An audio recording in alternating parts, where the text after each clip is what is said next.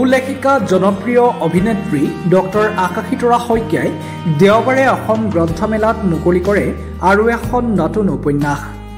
তেওঁ লিখা ৬ নম্বৰখন উপন্যাস কাপুৰুষৰ পৃথিৱীত দেওবাৰে মুকলি কৰা হয়। প্ৰায় ৩০ বছৰ গৱেষণাৰ অন্তত প্ৰকাশ পাইছে কাপুৰুষৰ পৃথিৱীত নামৰ গ্ৰন্থখনে। সপোন আৰু বাস্তৱক মিলাই কাপুৰুষৰ পৃথিৱীত নামৰ উপন্যাসখন লিখি উলিয়াইছে ডক্টৰ আকাশী তৰা শইকীয়াই। এই গ্ৰন্থখনৰ জৰিয়তে পাঠকে বিগত ৩০ বছৰে সমাজত ঘটি থকা বিভিন্ন বাস্তৱ ঘটনাৰ সাক্ষী হৈ ৰ'ব। লগতে এটা অদ্ভুত সপোনৰ কথাও জানিবলৈ পাব পাঠকে।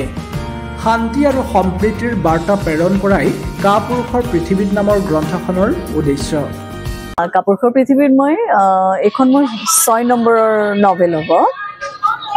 ৬ নম্বৰ নভেল এইখন মই প্ৰায় ৩০ বছৰমান গৱেষণাৰ পিছত ৩০ বছৰ গৱেষণা কৰি পষ্ট ট্ৰমা ভিক্টিম অৰ্থাৎ আপোনাৰ হিংসাৰ বলি যিসকল আছে তেখেতলোকৰ স্নেপশ্বট কিছুমান লৈ পেলাই কাহিনীবিলাক বনাইছোঁ। কিন্তু এটা সপোন আছে, এটা মই এইটো ইম্পচিবল ড্ৰিম বুলি কৈছোঁ। গতিকে বাস্তৱ আৰু আপোনাৰ সকলোবিলাক মিলাই সপোন আৰু বাস্তৱ মিলাই মই এখন একদম নতুন শৈলীৰ, যিসকলে মোক লিখনি শৈলীটো জানে তেওঁলোকে জানে যে মই বৰ্তমান ঘটি থকা বস্তুবিলাক, সঁচা বস্তুবিলাক সাহসেৰে উত্থাপন কৰিবলৈ চেষ্টা কৰোঁ।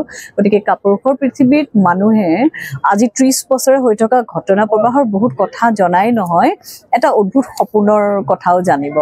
গতিকে মেছেজটো হৈছে শান্তি আৰু সম্প্ৰীতি, সেইটো মোৰ কাপুৰুষৰ পৃথিৱী। অসমীয়া ভাষা সংস্কৃতিৰ ৰক্ষাৰ প্ৰসংগত ডক্টৰ আকাশী তৰা শইকীয়াই কয় যে পঢ়ক আৰু পঢ়ুৱাওক নামেৰে এক আন্দোলনৰ আৰম্ভ কৰিছে তেওঁলোকে।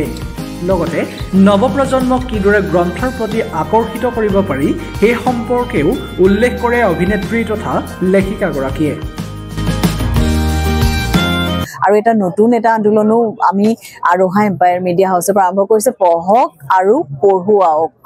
অইল ইণ্ডিয়াৰ লগত লৈ আমি সেইটো এটা আন্দোলন আৰম্ভ কৰিছোঁ যে মানুহে যদি অসমীয়া ভাষাৰ কথা কওঁ, সংস্কৃতিৰ কথা কওঁ, যদি নপঢ়োঁ আৰু নপঢ়ুৱাওঁ তেতিয়া কিন্তু আমাৰ ভাষাটো নৰবগৈ। এনেও আমাৰ আইডেণ্টিটি ক্ৰাইচিছ এটা হৈ আছে।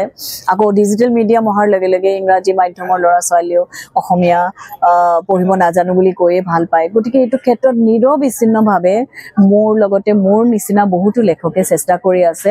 এই নতুনসকলক ধৰি ৰাখিবলৈ হ'লে আমি নতুন কাহিনী দিব লাগিব, একে ঘিচাপিটা কাহিনী দি লাভ নাই।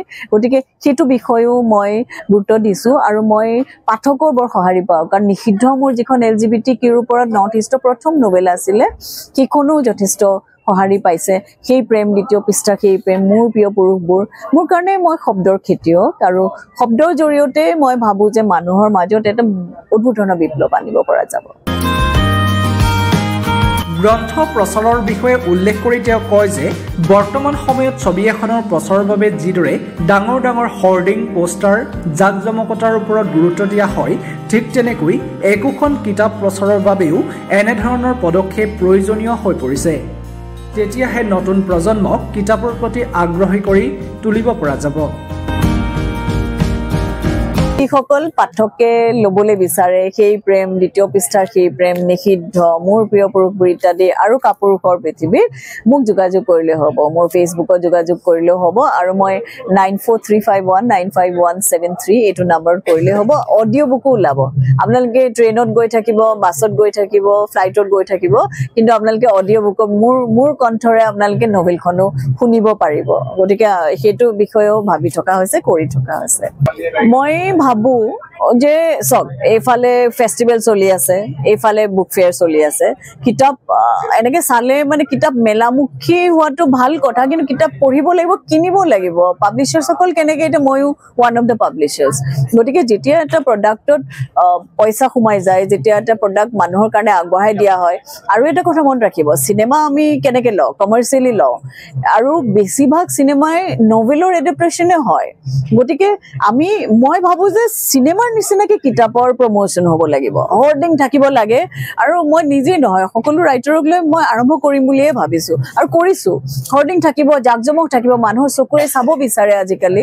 গতিকে বহুতো নভেলৰ পৰা চিনেমা হৈছে আজিলৈকে, টাইটানিকে হওক, স্লামডগ মিলেনিয়াৰ হওক।